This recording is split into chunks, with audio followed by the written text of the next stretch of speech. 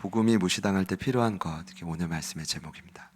같이 한번 해볼까요? 복음이 무시당할 때 필요한 것. 네. 실은 저희가 믿고 있는 십자가는 세상이 잘 이해하기 어려운 진리입니다. 표적을 구했던 유대인들, 당시에 지혜를 굉장히 추구했던 헬라인들은 십자가의 예수님을 매우 거리끼고 미련한 것으로 치부했습니다. 고린도전서 1장 22절 이하 말씀인데요. 유대인들은 표적을 구하고 헬라인은 지혜를 찾으나 우리는 십자가에 못 박힌 그리스도를 전하니 유대인에게는 거리끼는 것이요 헬라 이방인에게는 미련한 것이로되. 제가 볼 때는 오늘날도 놀라울 정도로 유사하다고 봅니다. 많은 이들이 종교 생활하고 교회를 다닌다고 하지만 표적을 추구합니다. 그러니까 표적도 필요하긴 하지만 이것이 우선이 된다는 겁니다. 자꾸 기적만을 자꾸 구하는 겁니다. 그러면 하나님이 한두 번은 들어주시는데 자꾸 구하면 하여튼 여러 일들이 일어날 수 있습니다. 그리고 어리석어 보이고 손해보는 것이라면 그 일은 좀처럼 그런 행동을 선택하진 않습니다. 바보 같은 일이라고 무시하고 좀 터부시하는데, 그런데 이것이 유대인과 헬라인들이 당시에 바라봤던 기독교인들의 모습이었고 지금도 그렇다는 겁니다. 게다가 당시에는 로마인들이 십자가 하면 무능력의 극치로 생각했습니다. 증거를 말씀드리면 예수님의 십자가의 죽음을 앞둔 절대절명의 순간에, 엄청 중요한 순간이죠. 어쩌면 성경에서 가장 긴박한 상황인데 주님 눈앞에 예상치 못한 상황이 펼쳐집니다. 그 일이 뭐냐 하면 12명의 제자들이 버젓이 주님 앞에서 서로 누가 크냐고 싸우고 있었다는 겁니다. 여러분 어떻게 생각되십니까? 예수님 마음이 어땠을까요? 나는 죽음을 앞두고 있는데 누가 잘했는지 잘못했는지 여전히 싸우고 있다는 겁니다. 누가복음 22장 25절 이하 말씀입니다. 예수께서 이르시되 이방인의 임금들은, 이게 세상이거든요, 그들을 주관하며 그 집권자들의 은인이나 층함을 받으나 너희는 그렇지 않을지니 너희 중에 큰 자는 젊은 자와 같고, 여기 젊은 자란 어린이에요. 순수함, 바보 같은. 그리고 다스리는 자는 누구래요? 섬기는 자와 같다. 제가 한 가지 확실히 예언할 수 있습니다. 누가 이 땅을 다스리냐 하면 봉사하는 자입니다. 섬기는 자입니다. 바보같이 밑으로 들어가서 누군가를 높이는 자입니다. 결국 그들에게 하나님 힘을 더하신다는 말씀을 이 중요한 순간에 제자들에게 했는데, 여기 이방인의 임금들이 바로 힘으로 그들을 주관하려 했던 로마인들입니다. 근데 이 모습이 심지어 예수님과 함께 했던 제자들에게도 그 모습이 전염되어 나타났다는 것은 그만큼 강력했다는 것이고, 그리고 오늘날도 예수님을 따르는 길은 결코 만만치 않다는 것입니다. 저는 지난 한 주가 여러분에게 특별했을 거라고 생각합니다. 아마 많은 분들에게 예상치 못했던 공격이 있지 않았을까. 저도 화요일 강의 후에 송내IC로 올라오는데 뒤에 차가 갑자기 퍽 하고 박은 거예요. 퍽 소리가 난 거예요. 그래서 근데 그 순간 두 가지 생각이 들더라고요. 첫 번째, 하나님 제가 뭘 잘못했죠? 퍽 박는데. 두 번째, 조금 정신 차려보니까 하나님 왜 이게 웬 공격이죠? 그러면서 한 주간 주시는 마음은, 네, 아니요, 진동으로 바꿔주시면서 진동이 들어오나? 예. 네, 감사합니다. 그래서 다시 저를 봐주시고요. 이번 한 주간은 좀 특별한 한 주겠다, 제 느낌에 그런 마음이 있잖아요. 분위기가. 여러분, 결코 세상에서 예수님을 따르는 길은 만만치 않은 길입니다. 불편한 길이고 어리석어 보이는 길이고 힘없어 보이는 길입니다. 그러니 그 길은 단언컨대 전투의 연속입니다. 근데 많은 분들이 어려움을 겪을 때 이렇게 말해요. 환경 탓을 합니다. 누구 때문이야? 여기 때문이야? 이것 때문이야? 절대로 그렇지 않아요. 궁극적인 문제는 내 안에 있습니다. 물론 외세의 공격도 있지만 아마 제대로 이 길을 걸어가면 여러분 안에서 이 내면의 전투가 훨씬 더 많을 것입니다. 그러니 예수님 말씀이 맞습니다. 제자들에게 헤어지기 전에 뭐라고 하셨습니까? 다시 말씀하셨죠. 아무든지 나를 따라오려거든 자기를 어떻게 해요? 부인하고 자기 십자가를 지고 가는 길입니다. 여러분, 그러니 우리가 지난주에 나눴던 벨릭스 총독과 두루실라 이 부부, 예수님 믿는 거 결코 쉽지 않았을 거라고 생각합니다. 일단은 하나님은 굉장히 공평하십니다. 왜냐하면 지난주에 소개한 이 두 사람은 아마 시대의 악인이라고 뽑으면 두 사람을 꼽힐 겁니다. 가장 악한 자에게 하나님은 왜 공평하냐 하면, 왜 자비로우시냐 하면 가장 악한 자에게 가장 좋은 전도자를 붙여줬어요. 이게 은혜인 줄 믿으십시오. 이게 은혜예요. 제가 볼 땐 그게 은혜였어요. 그런데 복음을 들었죠? 의와 절제와 장차올 심판. 뭐였습니까? 당신 하나님의 자녀가 돼야 돼. 바울이 죄수 입장에서 말했어요. 당신 하나님 관계 회복해야 돼. 그러려면 절제해야 돼. 이게 뭐였죠? 술을 끊고, 예를 든다면 여인을 끊고, 돈을 끊고, 그러니까 그 탐욕스러운 마음들을 지금 끊어내지 않으면 장차올 심판을 피할 수가 없어. 이게 복음이었어요. 우리에게도 마찬가지입니다. 그런데 안타깝게도 그들은 부담만 느꼈지, 두려워했지, 하나님의 자녀가 되지 못했습니다. 결국 쉽게 말씀드리면 복음이 주는 부담감을 거부한 건데 회개하지 못한 것입니다. 지난주에 말씀을 들으시고 혹여나 부담이 있었다면 여러분 꼭 그 부담을 주님 앞에서 해결하시기를 축복합니다. 꼭요. 그것이 아니면 우리가 벨릭스와 드루실과 다른 길이 무엇이겠습니까? 구원의 문턱에서 두 사람이 떨어졌는데 더 안타까운 건 제가 지난주엔 정확히 말씀 못 드렸지만 두 사람의 인생 마지막에 얼마나 비참했는지 모릅니다. 벨릭스는 나중에 곧 로마로 소환됩니다. 이 말은 뭐냐면 총독의 자리에서 밀려났다는 겁니다. 유대인들 민심을 잡으려고 하는데 워낙 잔인한 성격이다 보니 죽였는데 이게 난리가 난 거예요. 잘렸어요. 그 로마로 소환되면 죽은 목숨인데 형님을 통해서 간신히 목숨을 부지했지만 살아도 산 인생이 아닌 아주 비참한 인생을 살다 죽었대요. 벨릭스. 두루실라는 대단한데 이 여인이 남편이 잘리는 동안 어떻게든 그 돈을 따로 모아놨어. 비자금을. 그래서 어디로 갔느냐? 사랑하는 아들 한 명을 데리고 폼페이라는 휴양지로 갑니다. 왜냐? 그 여인이 가장 좋아했던 게 술을 마시고 유흥을 즐기고 남은 인생을 여러 사람을 만나며 즐기는 거였어요. 폼페이로 갔습니다. 근데 여러분 폼페이에 어떤 일이 일어난지 아십니까? 79년 8월 24일 베수비오 화산의 재앙이 폼페이 도시를 덮습니다. 무려 2,000명이 그 자리에 즉사하는데 그 즉사한 2,000명 중에 두 사람이 누구였냐면 드루실라와 그의 사랑하는 아들이었습니다. 몰랐겠죠. 평생 즐겁게 이 화려한 도시에 살다 갈 거라고 생각했고 수많은 돈을 갖고 갔지만 그곳이 무덤이 될 줄 몰랐겠죠. 얼마나 비참합니까? 여러분, 제 고민은 그렇습니다. 지금도 이런 자들이 얼마나 세상에 많이 있겠습니까?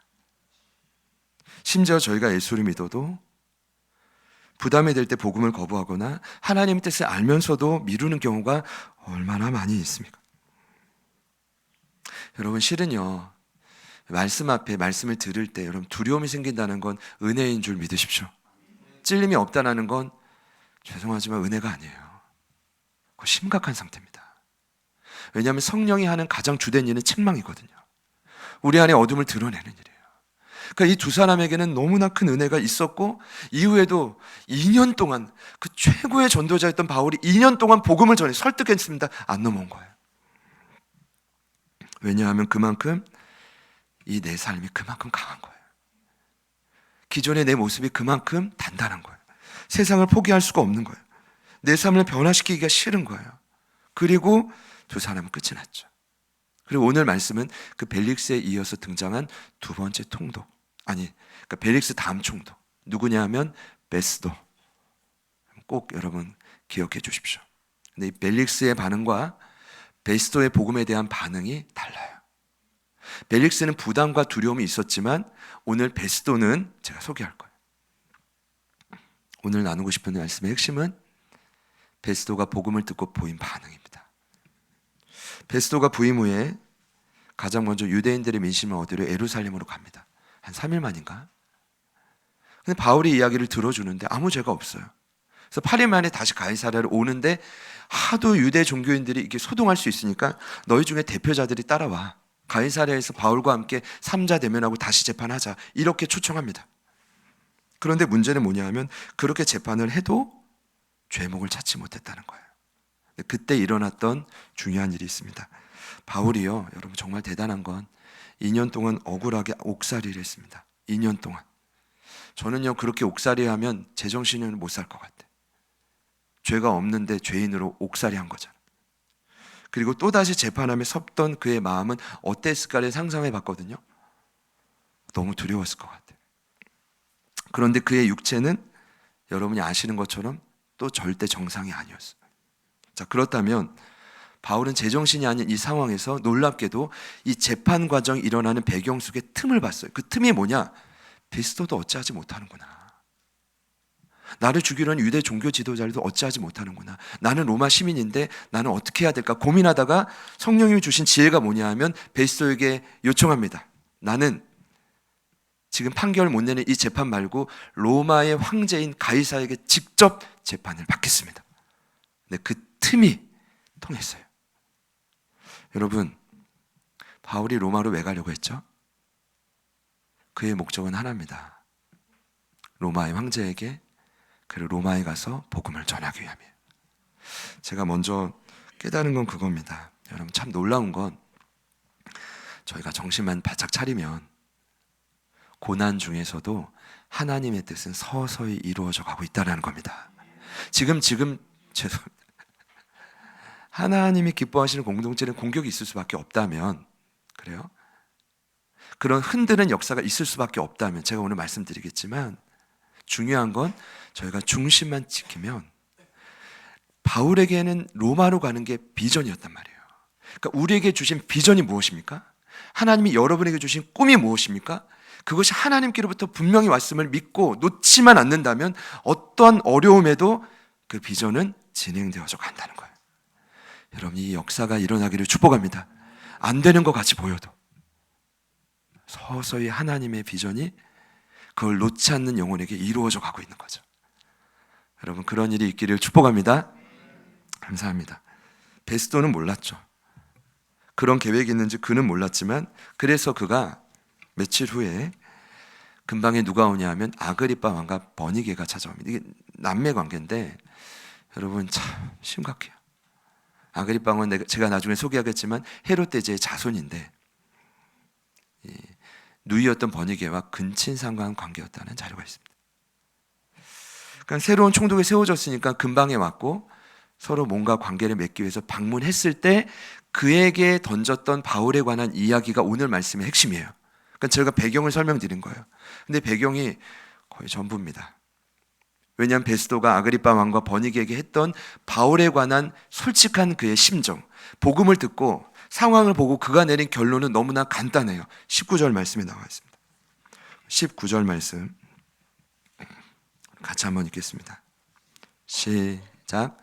오직 자기들의 종교와 또는 예수라는 이가 죽은 것을 살아있다고 바울이 주장하는 그 일에 관한 문제로 고발하는 것뿐이라. 아멘. 여러분 혹시 한 번 읽고 딱 이해되신 분 있습니까? 그런 분이라면 이제 중고등학교 국어 문제를 풀어도 단번에 푸실 수 있을 겁니다. 요즘 문제가 왜 이렇게 어려운지 모르겠어요.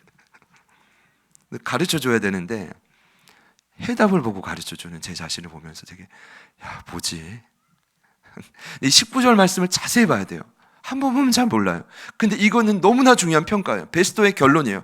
복음에 대한 세상의 반응이에요. 다시요. 이 말이 무엇이냐면 이런 거예요.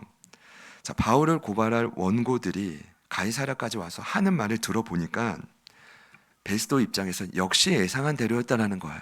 그게 뭐냐? 그들이 하는 말은 곧 예수가 죽었다가 살아있다고 주장하는 바울의 일에 관한 문제로 고발하는 것뿐이다. 제가 쉬운 성경을 봤는데 더 어려워요. 그래서 있는 그대로 말씀드린 거예요. 베스도가 똑똑한 사람이었어요. 핵심을 발견했어요. 분명히 뭐래요? 죽었다가 살아있는 예수를 고발하는 것뿐이었다는 거예요. 이것이 원고들이 끊임없이 바울을 죽이려는 이유가 이거라는 거예요. 근데 무슨 뜻입니까? 유대인들이 바울을 죽이려는 이유가 본인이 볼 때는 뿐이나 고발하는 것 뿐이다. 이 뉘앙스는 뭐예요? 실은 본인이 볼 때는 아무것도 아니라는 거예요. 여러분 이해되십니까? 베스도 자신이 볼 때 예수라는 인물이 죽었다가 살아난 것이 무슨 대수로운 일이냐는 거예요. 어떤 뉘앙스인지 아시겠죠? 그러니까 그의 마음은 뭐냐 하면 바로 직전에 총독이었던 복음을 듣고 두려워하고 떨었던 고민했던 벨릭스와는 전혀 달라요. 오늘 베스도는 어떤 반응입니까? 아예 복음을 무시하는 거예요. 여러분 구분되시죠? 복음을 듣고 무시하다가 거절하는 사람이 있는 반면에 어떤 사람은 아예 복음을 들어도 무시해버린 사람이 있다는 거예요. 이것이 저에게는 충격이었어요. 그리고 묵상하는 가운데 사실 이 깨달음이 저에게 좀 상처였던 것 같아요. 안타까웠고 되게 좀 두려웠어요. 왜냐하면 일단은 복음이 모든 사람 앞에서 무시와 조롱을 당하는구나. 여러분 마음은 어떻습니까? 한 주간 여러 생각이 들었어요. 이 말씀 때문에. 여러분 아시는 것처럼 저는 모태신앙이거든요. 또 부모님이 목회를 하셨고 지금 저희 교회에서 오늘은 좀 외부 사역이 있어서 가셨지만 함께 신앙생활을 하고 계세요. 이사로 오셔서. 근데 저는 좀 어릴 적부터 목회자 자녀로 자라면서 고민이 있었어요. 형님도 그걸 많이 표출했고 저도 같은 마음인데 형님이 너무 많이 또 표출이 되니까 그냥 속으로 삭혔던 것 같아요. 나라도 좀 삭히자. 주변에 이런 고민, 주변에서 만나는 이들이 예수님 무시하면 어떡하지? 더 솔직한 고민은 예수님을 믿는다고 하는 나를 무시하면 어떡하지? 그 두려운 거예요. 학교를 갈 때도 저 과학 선생님이, 사회 선생님이 뭔가를 이야기하다가 사실 그렇게 터부시한 적도 있어요. 야, 경환이 믿는 쪽 아무것도 아니야. 이래버리면 실은 같이 다니는 친구들이 우르르 떨어졌던 적도 있었어요.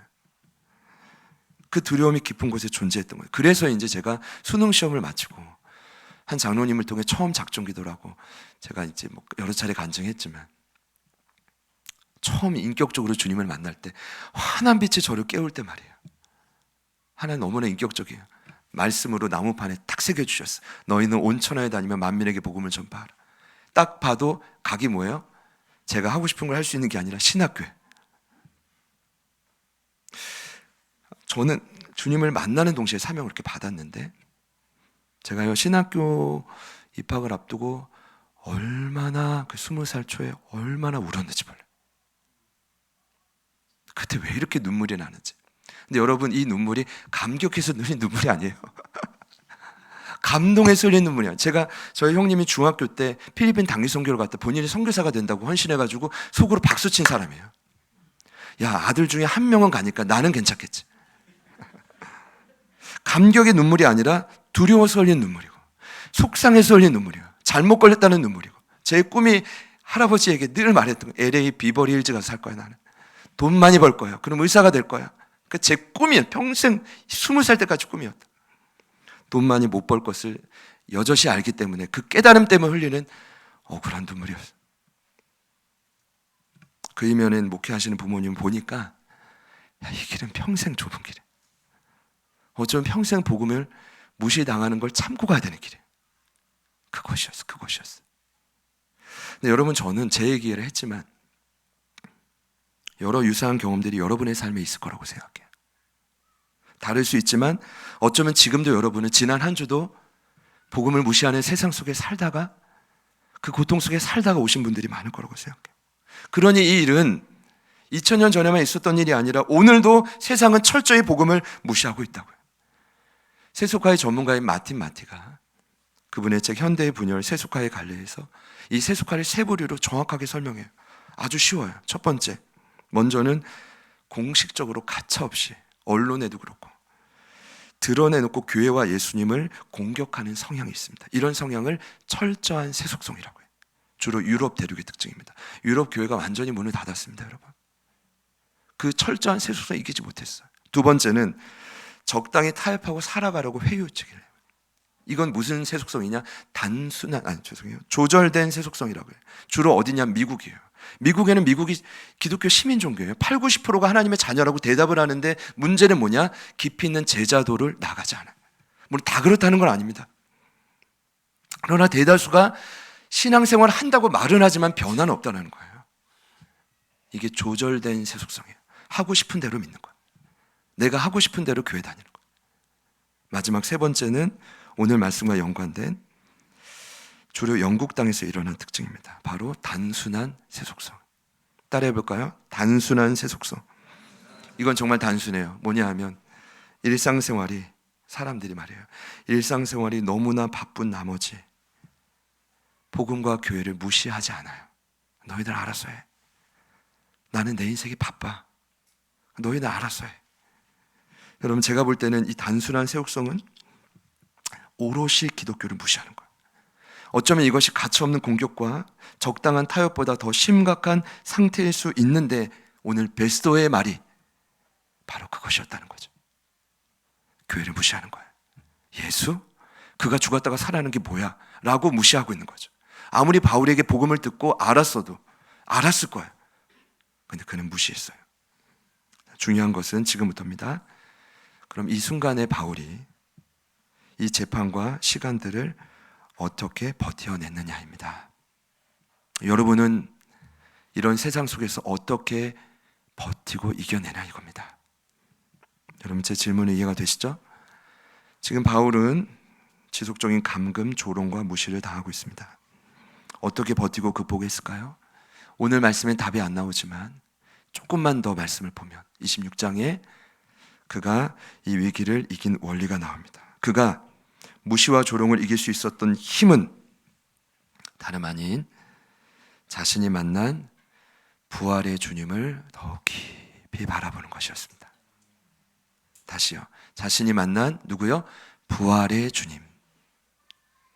전제가 있죠? 예수님이 살아있다는 겁니다. 믿으십니까? 살아서 불꽃 같은 눈으로 나를 지켜보고 있다는 거예요. 내 곁에 있다는 거예요. 그분을 바라보는, 더 깊이 바라보는 것이었습니다. 자, 26장 13절 이하를 보면 그가 이렇게 아그리빠 왕과 베스도 앞에서 직접 예수를 증언합니다. 담대히, 떨지도 않아요. 제가 다메섹으로 가던 길이었습니다. 실은 그때 저는 예수님을 대적했고 예수님을 따라가는 자 고소하고 잡고 죽이는 사람이었습니다. 그런데 그 가던 길에, 그때도 잡으러 가던 길에 해보다 더 밝은 빛이 나를 둘러서 비치기 시작했습니다. 그때 저는 그 빛에 압도되어서 땅에 엎드러졌습니다. 근데 그때 주님의 음성이 들렸습니다. 나는 내가 박해하는 예수라. 사실 이 음성도 있죠.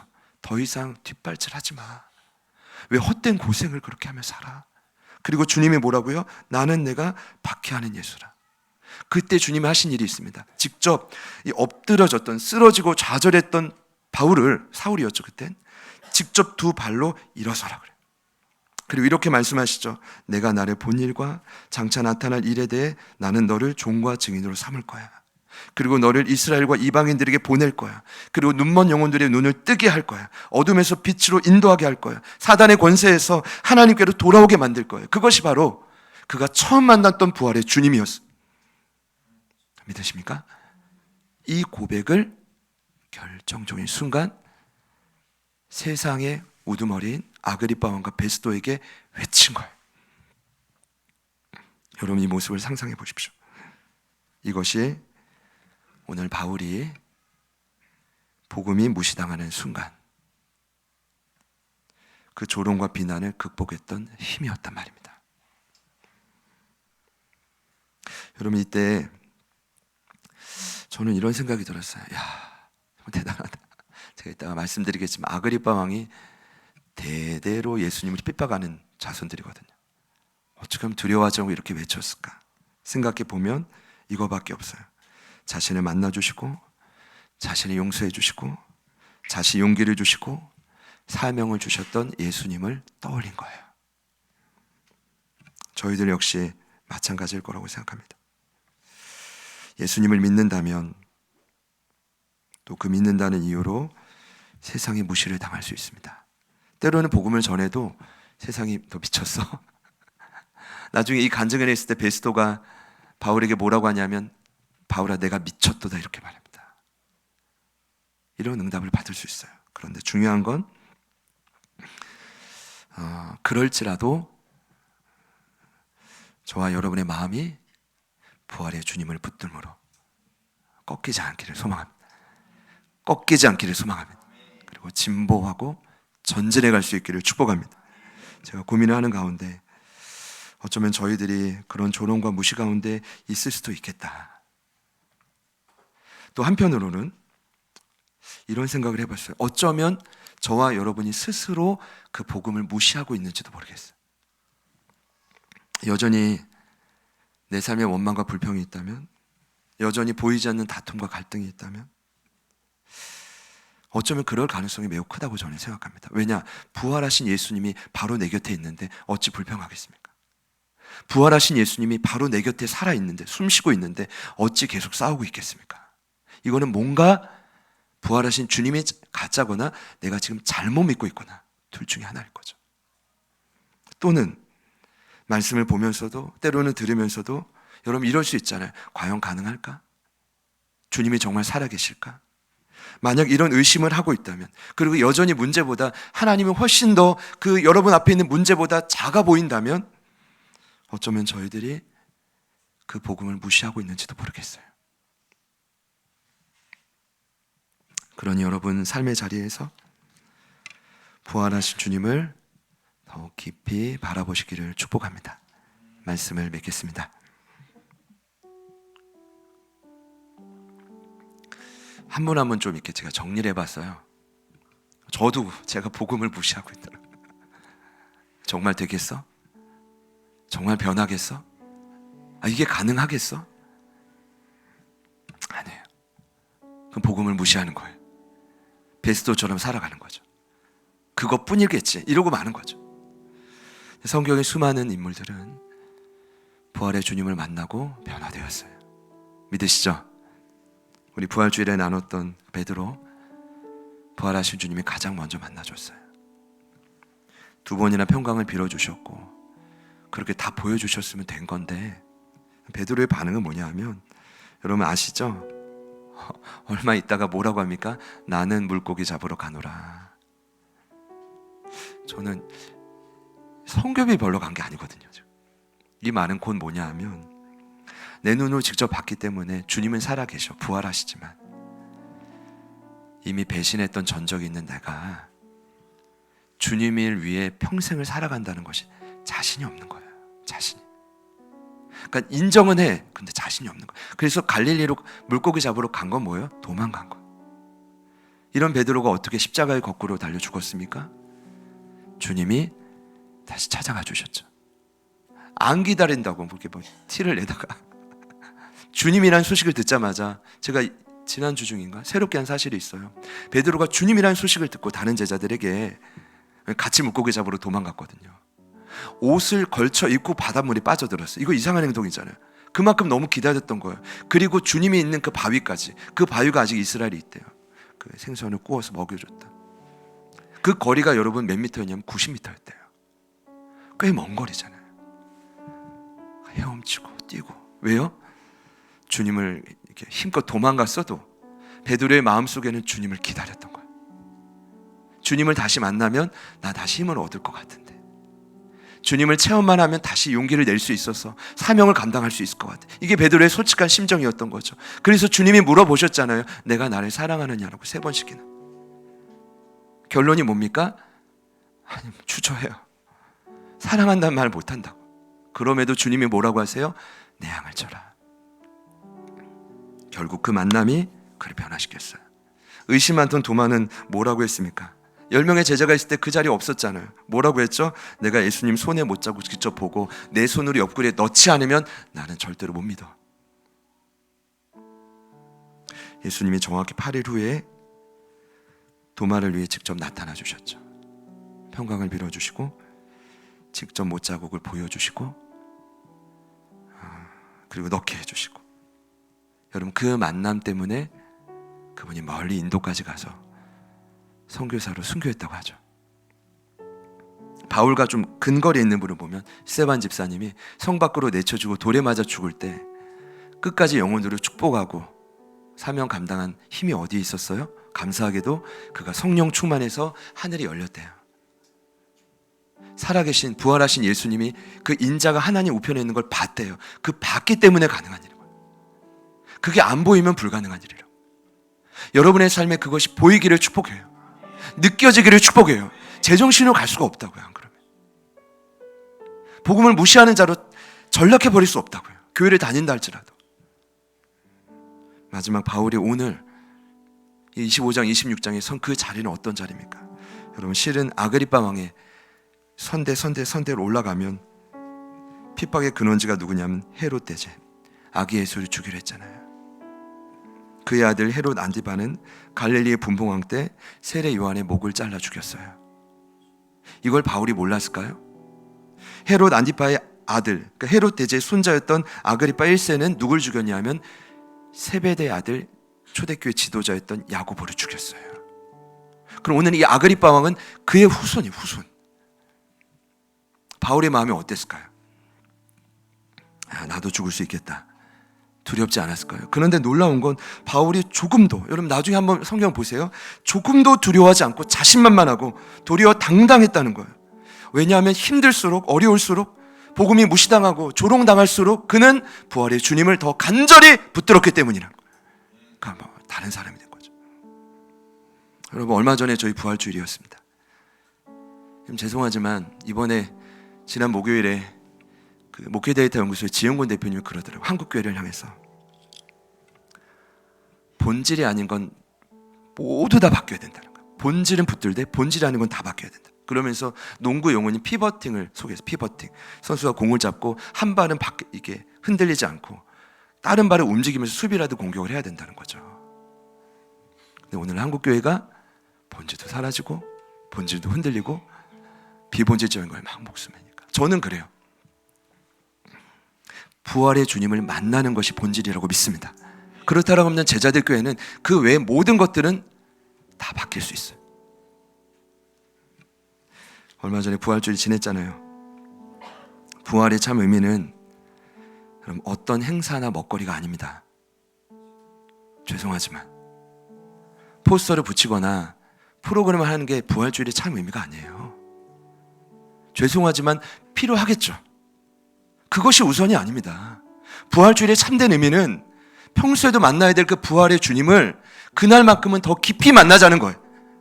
그러면 그 힘으로 우리가 평생을 살아갈 수 있는 거죠.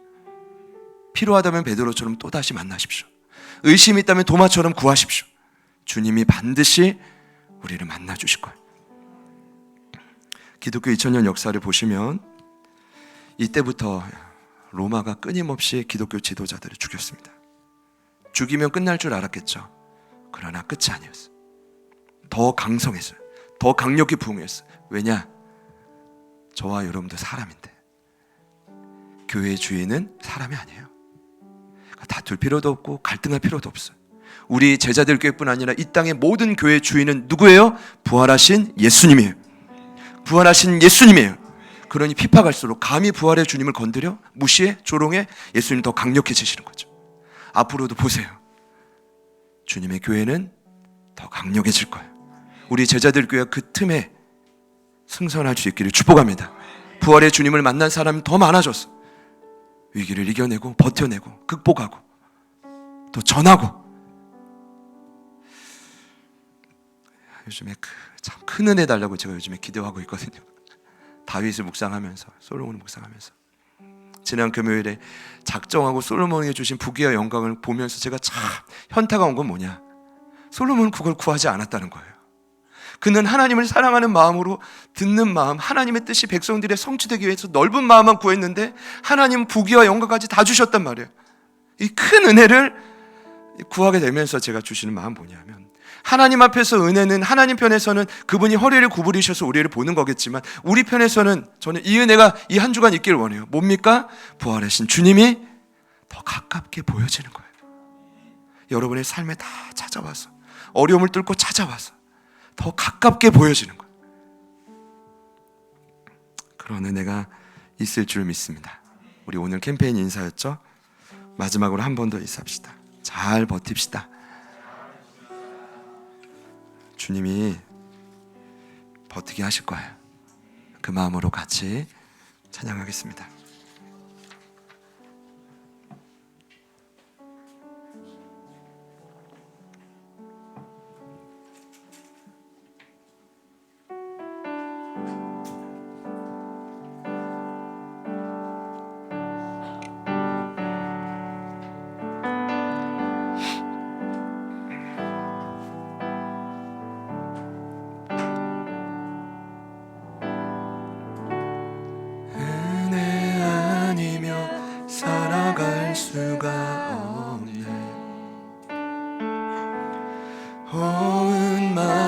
것마저도 다 주의 것이니 세상 평안과 위로 내게 없어도 예수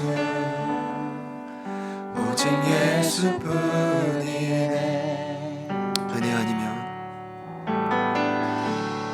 은혜 아니면 살아갈 수가 없네.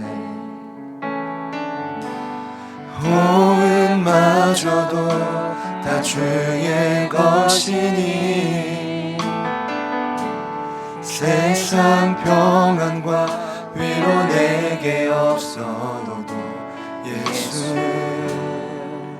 오직 예수뿐이네. 크신 계획 다 볼 수도 없고 작은 고난에 지쳐도 주께 묻기 나의 모든 삶 버티고 견디게 하시네. 크신 계획 다 볼 수도 없고 작은 고난에 지쳐도 주께 묻기 나의 모든 삶 버티고 견디게 하시네. 은혜 아니면 살아갈 수가 없네. 나의 모든 것 다 주께 맡기니 참된 평안과 위로 내게 주신 주 예수. 우리 믿음으로 목소리 높여 고백합시다. 은혜 아니면 살아갈 수가 호흡마저도 다 주의 것이니 세상 평안과 위로 내게 없어도 예수 오직 예수뿐이. 크신 계획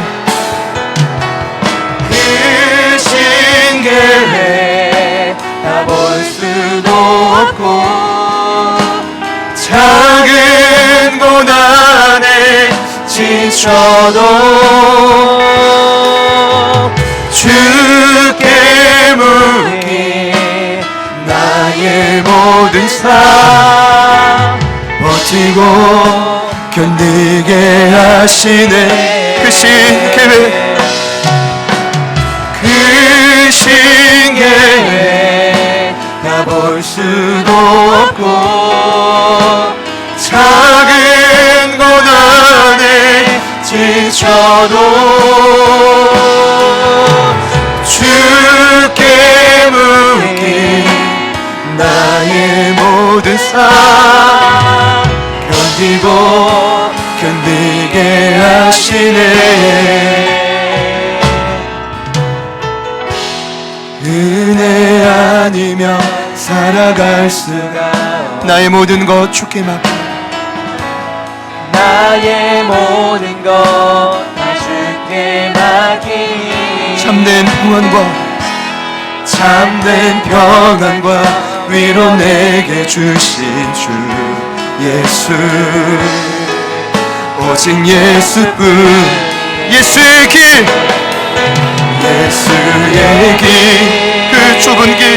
그 좁은 길 나는 걷네. 주 손 잡고 무엇도 두렵지 않네. 주님 주신 약속 내게 있으니 세상의 길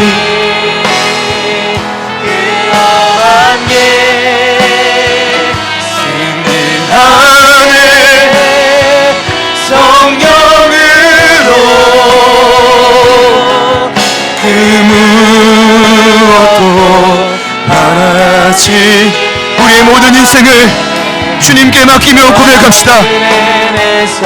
하나님의 뜻을 이루어 주십시오. 예수의 길, 그 좁은 길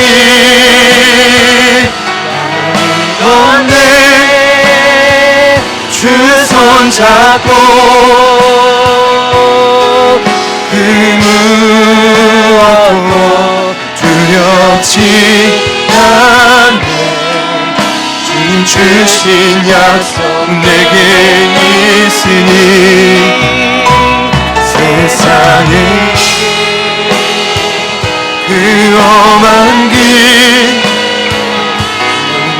향해 성령으로 그 무엇도 바라지 않네. 저 하늘에 내 소망 있으니. 바울이 복음을 무시당하는 걸 경험했던 것처럼 지난 한 주도 여러분의 비전과 꿈이 무시당하고 내팽개쳐주고 좌절하고 낙심한 분들이 반드시 계실 것입니다. 먼저 기도할 제목은 하나님, 나에게 주신 비전, 그 꿈이 어떤 역경 가운데도 이루어지기를 소망합니다. 나를 향한 하나님의 뜻이 솔로몬이 그토록 구했던, 본인과 백성들의 삶에 그토록 구했던, 선악을 분별하면서까지 재판을 받으면서까지 그토록 소망했던 하나님의 뜻이, 우리를 향한 하나님의 뜻이 온전히 이루어지기를 소망합니다. 그리고 특별히 이 무시당하는 일로 인해 두렵고 초조하고 어려움을 겪는 분들이 계시다면 이 시간 성령님 더 깊이 찾아와 주셔서 살아계신 주님, 부활의 주님을 더 깊이 만나고 체험하는 은혜를 우리 모든 가족들께 허락하여 주옵소서. 우리 이 마음으로 주님 이름 한번 부르시고 우리 같이 한번 기도하겠습니다. 주님,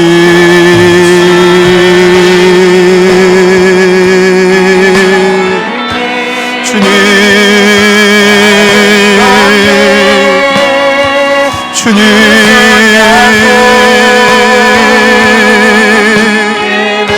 성령님 앞에 간다. 사랑하는 가족들이 주님께 올려드리면 하나님과 마음의 모든 비전이 흔들린다. 그것이 공격이 아니고 무엇이겠습니까? 우리의 마음을 흔들고 있다면 그것이 공격이 아니고 무엇이겠습니까? 하나님을 향한 하나님이 주신 그 비전, 나를 향한 태초부터 있었던 그 주님의 놀라운 비전, 하나님의 땅 가운데 이루어지게 하여 주시고 자녀들의 삶에 이루어지게 하여 주시고 그 모든 길목 가운데 부시나가고 조롱당하고 흔들고 두려웠던 모든 삶이 회복되는 이 마음입니다. 회복되는 우리 인생에 되게 하여 주십시오. 하나님 반드시 한 주간 우리 인생을 변화시켜 주십시오. 주님 붙들어 주십시오. 예수님, 부활의 예수님이 아니면 잠든 영혼과 위로가 없고, 부활의 주님이 아니면 잠든 영혼과 위로가 없고, 주님이 아니면 우리가 살아갈 수 없고, 주님이 아니면 우리가 버틸 수 없기, 버틸 수 없는 우리 인생들을 주님께 맡깁니다. 주여 도와주십시오. 주여 도와주십시오. 주님이라여 주십시오. 하나님의 영혼들을 살려주십시오. 주님 우리를 살려주십시오. 주님 도와주십시오. 주님 도와주십시오. 우리의 삶을 새롭게 하시는 주, 그 주 예수님의 능력 우리의 삶에 드러날 것입니다. 성령 하나님이 역사할 것입니다. 아버지 하나님 도와주십시오. 아버지 하나님 도와주십시오. 주님 도와주십시오. 주님 도와주십시오. 주여 도와주십시오. 아버지 하나님, 아버지 하나님 역사하소서. 성령 하나님 도와주십시오. 성령 하나님 역사하소서. 아버지 하나님 도와주십시오. 아버지 하나님이라여 주십시오. 주여 도와주십시오. 주여 도와주십시오. 주님 도와주십시오. 하나님 도와주십시오. 하나님 모두 모아주십시오. 하나님 모아여 주십시오. 하나님 능력으로 붙들어 주십시오. 성령으로 순익게 하여 주십시오. 좁은 길을 걸어갈 때 주님을 바라보게 하십시오. 하나님 아무리 힘들고 어려운 일이라 부활의 참음이를 깨닫게 하여 주십시오. 주여 도와주십시오. 주여 도와주십시오. 한 발을 다 받겠습니다. 하나님 아버지 도와주십시오. 성령 하나님 도와주십시오. 성령 하나님 도와주십시오. 하나님 세상 속에서 우리가 고난과 역경을 마주하여 부활의 주님 바라보게 하시고 믿음의 경주를 위해 수많은 무수한 증인들이 함께하게 하시고 우리가 믿음의 주 온전케 하시는 주님을 바라보는 일만 우리가 살 길인 줄 믿습니다. 우리가 살 길인 줄 믿습니다. 우리가 새롭게 될 길인 줄 믿습니다. 주여 도와주십시오. 주여 도와주십시오. 주여 도와주십시오. 주여 도와주십시오. 주님 도와주십시오. 주님 도와주십시오. 안에 성령으로 그 무엇도 바라지 않네. 하늘에 내 소망 있으니.